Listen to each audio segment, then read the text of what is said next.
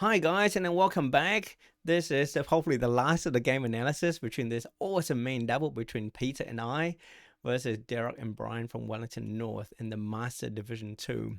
Wellington North were probably one of the top team in Division 2, and this is a main double one, so it's quite a nice game to play against.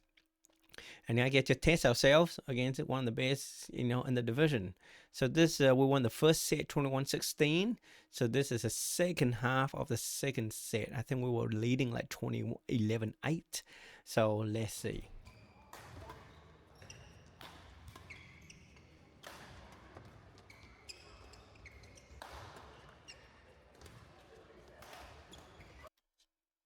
And this is probably one of the examples that's showing that like great defense can really wear down the opponent. And eventually it will lead to an error. I mean, like Peter and I did really well in this game in general with our defense. And honestly, when you get up to this level, your smashes don't often win you points.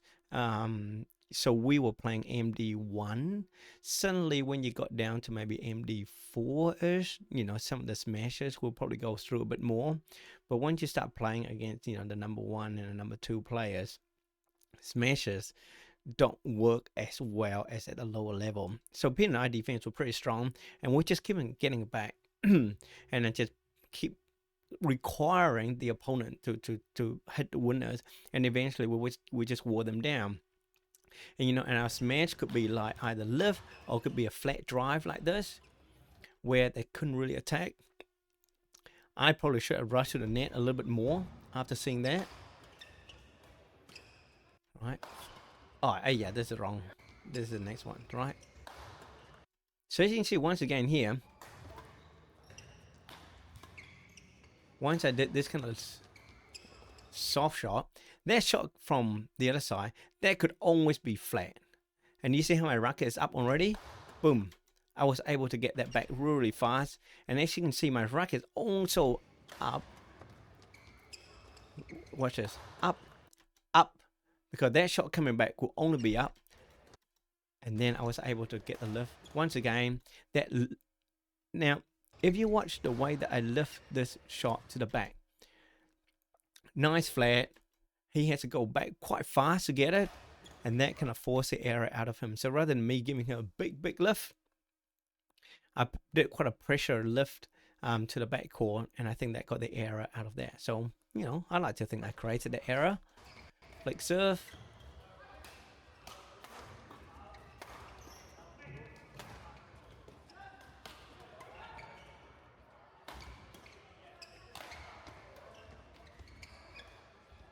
Once again, we're just happy to defend.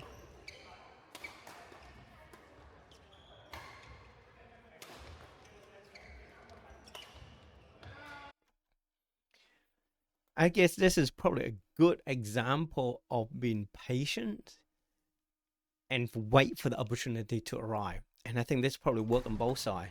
So, not this rally. So, next, yeah. Right. So, like that shot there, Peter couldn't have much to do, so he just lifted back. Brian couldn't do anything, so he just lifted back, right? So now we're ready again. And that's just me trying to be as proactive as I can to be in front of the nets, right? So we just smash, love. So as you can see, when that smash came to me, instead of me lifting it high, like that, I did a much flatter lift. And honestly, what I should have done after I did that flatter lift, especially to the backhand, I should have rushed forward, and then Peter would have gone behind me. That would have been much better. Great shot by Brian. That forced Peter to lift. But Brian decided to lift, so we now go on the attack. So here, I'm at the front. I'm waiting, right? So I see that coming. So if you watch this, I'm trying to intercept. But I didn't do much. I didn't do a big swing, right? My job is just trying to pressure the opponent. And I did just that. And that allowed me to get that weak return back, and I was able to pounce on it. So the first shot, I didn't go for the pounce. My job was to keep keeping the pressure on, and then the next shot, the opportunity came, and I was able to jump on it.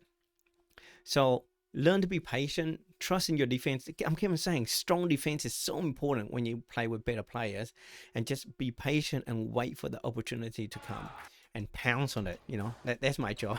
Pounce on it.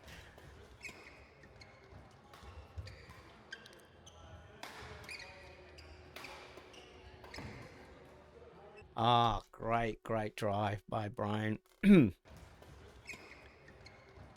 So if you watch this rally again, so great return by Brian. I did a shot, but see how Peter immediately started moving across? Big wide signs. He was able to get it. I didn't have to go for it. I knew Peter was there to cover me. So when you play with someone that you trust, it makes a huge difference, right? I told him afterwards, you know, by having him there, and I can trust that he will be there, I could concentrate on my job, and I could concentrate on being aggressive with my position a lot more. Or else I just had to be more passive. And if you're passive with your position, you'll find that you don't see opportunity as much, right? So it's really nice to have someone to cover your back, eh? All right, so once again, smash, return. Brian did a great job of coming across. I should have done a better job of preparing that shot. See, my racket was too low. It should have been up in front, up high to do this. I mean, that shot was never going to go down. I should have saw that coming. It's a great attack by Brian. Great attack. So this is an example of always have your racket ready. See, I do a push. Once I did a push, my racket immediately go up, right? Because I'm waiting for it. And I didn't do a big swing. It's just a little tap down, right? So at the front court, be quick, but not for power. Just control. Oh, if you notice as well, I want to see if you can see it. If you notice as well, see my grip is quite low down here to the handle. But now you watch my grip just a little bit higher. So I quite often, as I drive to the net, I'll shift my grip up so that I can have more speed and more control, because I don't need power at the front court, right? Terrible serve by Peter.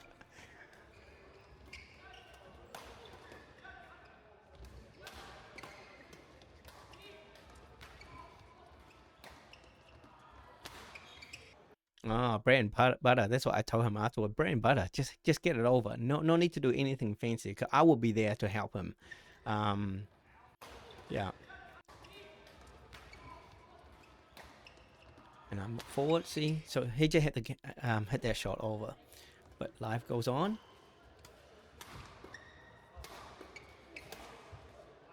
Okay, so this smash here, I can still remember this smash. So once again, I do this kind of loopy shot. So he had to hit upwards, right? So I'm getting ready, right? If you notice, I did 3 smash. 2 to the backhand and 1 down here. And I can still remember it because I purposely trying to hit to his backhand. And basically, it's what you call, it's called conditioning the opponent, right? Like if you hit the same shot to the opponent all the time, they kind of get used to it. So suddenly when a shot not going to the same place that they expect, they can't quite react it as easily. And I purposely set him up, and I could see that he was drifting more and more towards the center. And so like, I was just buying myself time until I saw the chance to go down the line. And that's what created the opening. So that was actually a series of smashes that were done on purpose.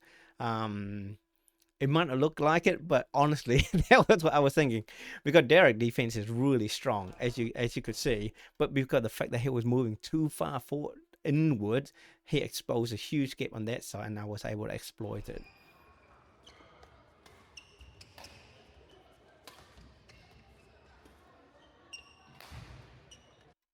Yeah. So once again, so as you can see, I think we probably made a lot less error from our smash than the other side.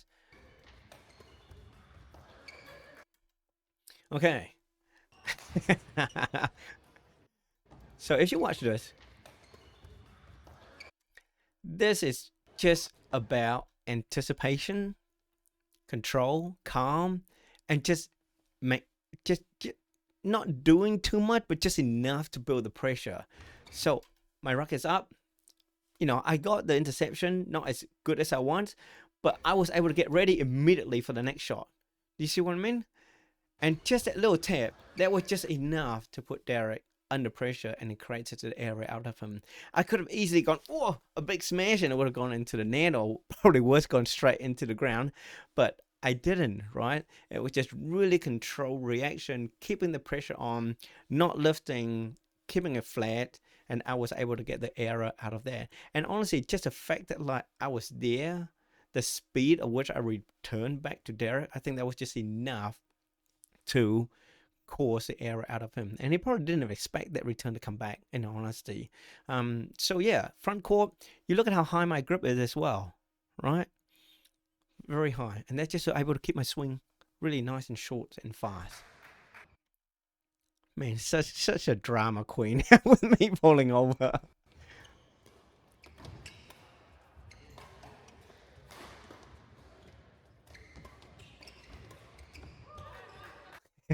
Me running off court again. Okay, once again, it's about the anticipation, right? You see how like okay, so start again. Okay.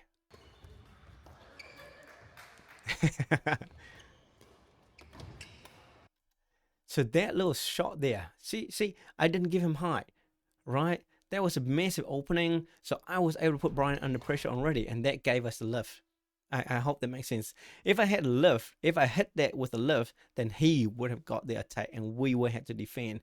But because I had the flat cross court there, Brian had to hit up, we got the attack, and I'm at the front here, right?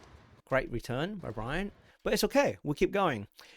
Now, if you watch my stance, this is probably really, really important. Can you see how I'm opening up rather than being flat? And that's something I'm trying to teach the kids and people. When your partner is in the corner like this, you need this stance, because this allow me, and look at my racket, hands up, get ready, they allow me to intercept. I mean, Peter had to race across to get that, and he was ready for it, but I was able to get the intercept to the backhand, and I could read it immediately, and I was able to get ready and get for the tap. And once again, I didn't do anything hard. I didn't go for the big swing. I didn't go for the smash. It's just a simple tap down because I knew the court was open. And that was started from this little block go cross court here. This one right there, right? That immediately put them under pressure. Allow us to attack. Allow me to be up the front. You see I'm opening my stance already. And that is about reading the play. Boom, boom, boom. Right? So as front court player, read the play, go for it, and eventually you will develop your own read of the game, and you can anticipate a lot better, and through the anticipation you can intercept a lot more. So we actually won quite a lot of points at the front of the net because of the aggressive positioning that we did, right? And once again, I couldn't do my positioning play without having someone like Peter to cover me.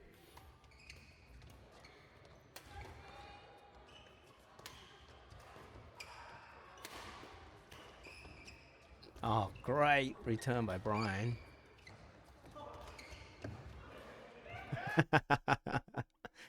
Great return by Brian. But okay, so if you watch this, okay. Right, I serve. Beautiful shot by Brian. And once again, a beautiful soft block back by Peter. I'm still at the front. And the fact, because I'm at the front here, Brian had no choice but to lift. You see?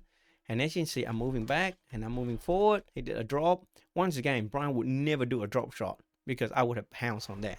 So I have to lift. Right? Oh, great. I saw that coming. And so that's a great return by Brian. But once again, Peter, and this is where it's so important to have someone who understands your style of game, right? So if you watch this, there was no way I'm going to get there. There was just no way on earth I'm going to get there. But as you can see, the moment Peter get it, what does he do? He lifted up. Look at his position.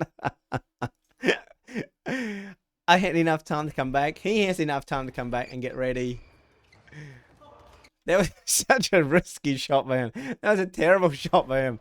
I would never recommend you guys to do this shot. So Peter, if you see this, that was a terrible shot. Look at this.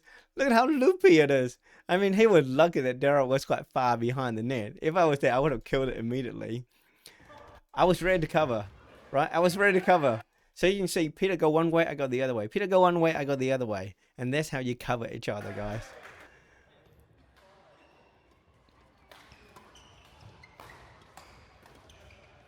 Ah, Peter. So I probably should have done, bring that across more on this side. Brian did a great job to do a flat. Oh, now watch the way he hit this shot, guy. This is how you do a beautiful brush shot. Do you see he went like this rather than like this? So a lot of the lower level player would have seen the shuttle and they'll go like this. And that would mean the shuttle will go into the net or go out. But the fact he brushed it, his racket would never hit the net. He's still able to get enough speed on it and the shuttle able to go downwards. So that's a great, great skill by Brian. So if you watch this again, look at this.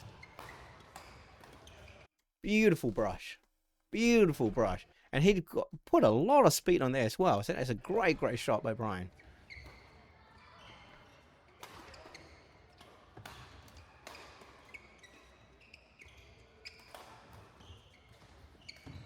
Oh, I saw that coming, but I wasn't able to get that fast enough. The shuttle was already dipping on me. So that was a great return by Brian, but I set that up so well. So what do I mean by set it up? So here comes a smash, right? Here comes this shot here. I knew that shot was coming. I just knew it. So I was able to get ready, and the moment I saw that backhand, look at me, I'm already rushing forward, right? See, like I'm like way faster than Peter, but I was just too late. That shot was already dipping. The moment I hit it, I knew that I hit the wrong shot. I should have just touched it and went over, but great shot by Brian, bad shot by me. Ah, okay. So if you watch this, the way I hit this shots here, so there's two mistakes in a row by me.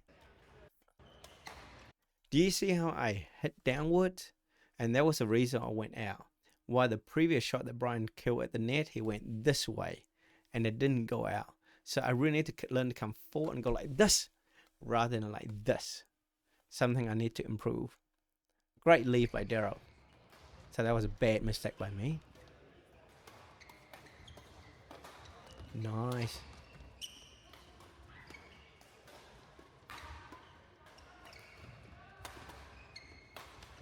Oh, what a great smash.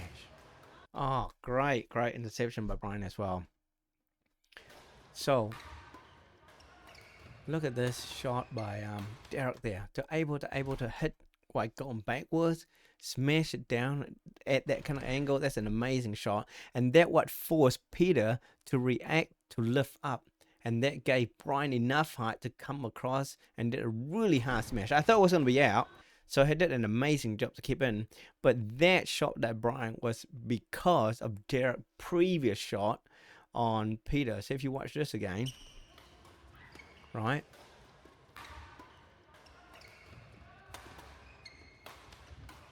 Great, great. Look how beautiful they smashed it by Derek. So that was a great point by them, actually. Okay, so this is another great example of me just doing enough to put the pressure that got the air out of them, right? So the shot come along, I did the shot, and once again I knew, look at my racket. My racket's already up here. I knew where that shot was coming. It's gonna be up above my head. So I just had to do enough.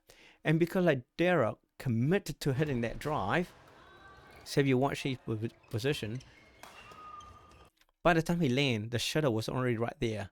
And that what forced the error out of him. And I like to do this quite a lot with my game, forcing the opponent to be aggressive with their shots and just do that little block. And that was enough to get the error out of there. So yeah, preparation. Preparation makes such a big difference to the way you get a shuttle back. Ah, oh, beautiful shot. I was actually quite annoyed with myself actually for not pick up that shot. I should have seen this shot coming with the way that he hit. I was too far back. And honestly, I should have been a lot closer to Peter actually to prepare that. Great shot by Brian. He actually did really well at the front net in this half. Look at that beautiful brush upward. Do you see how your racket went upwards rather than forward? So a lot of people would have tapped. Once again, they would have tapped and they would have actually got an area out of it. But you watch Brian's shot. Do you see how it went up, right? And that was able because the shuttle was quite close to the net, and by brushing upwards like this, he was able to send the shuttle tumbling down, but at the same time, not able to hit the net. So beautiful, beautiful technique by Brian. Yeah. So if it was me instead of Peter, I would probably gonna hit on this side, on that side. Once again, just push it past behind him. Doing the net spin in double when the person in front of you is actually it's a dangerous shot.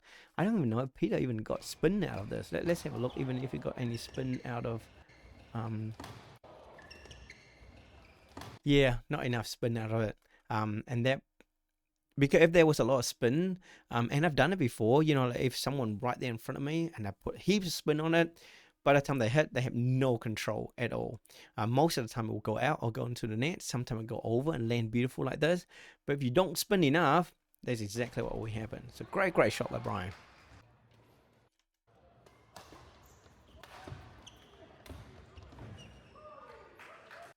And probably the way that we finished the game is probably very typical of our game is that to be aggressive at the net. So once again, you know, like, so let's have a look. Great shot by Peter to build the pressure, right? So I'm here, Peter at the front. So if you watch me, the moment I smash, Peter started covering me because I was under pressure. If that shot went behind Peter, there was no way I could go back. And that's what you call beautiful rotation. My momentum is going from here to all the way here. So as you can see, to go here and to go back, to actually stop that momentum and go back, that's really hard. But it's much easier for me to go follow through that momentum and go forward. And this was exactly what I did because Peter was going to go back here and cover any shot that would go on this side. So this is a great rotation by us. And the moment I hit that backhand, see, my energy just immediately allowed me to transfer to go forward, and I just pounce, boom, and then we won. So yeah, I think the second set was 21-16 as well. So when you play with players, it's like I played with Peter probably about this will be our third time together, I think. Yeah, our third time together. You know, one thing he mentioned to me afterwards is that he's quite a reactive player. And what I mean by reactive player is that like he can only move if the other person move. I'm a more of a proactive player where I'm just gonna move, but I can only move if I can trust someone to cover me and understand their positioning and how to cover, right? And I think that's why Peter and I play so well is that he knows that I'm going to be flying to the front of the net, left and right, and he knows his job is that he wants me to cover it, and he will happily slot back to allow me to do what I have to do.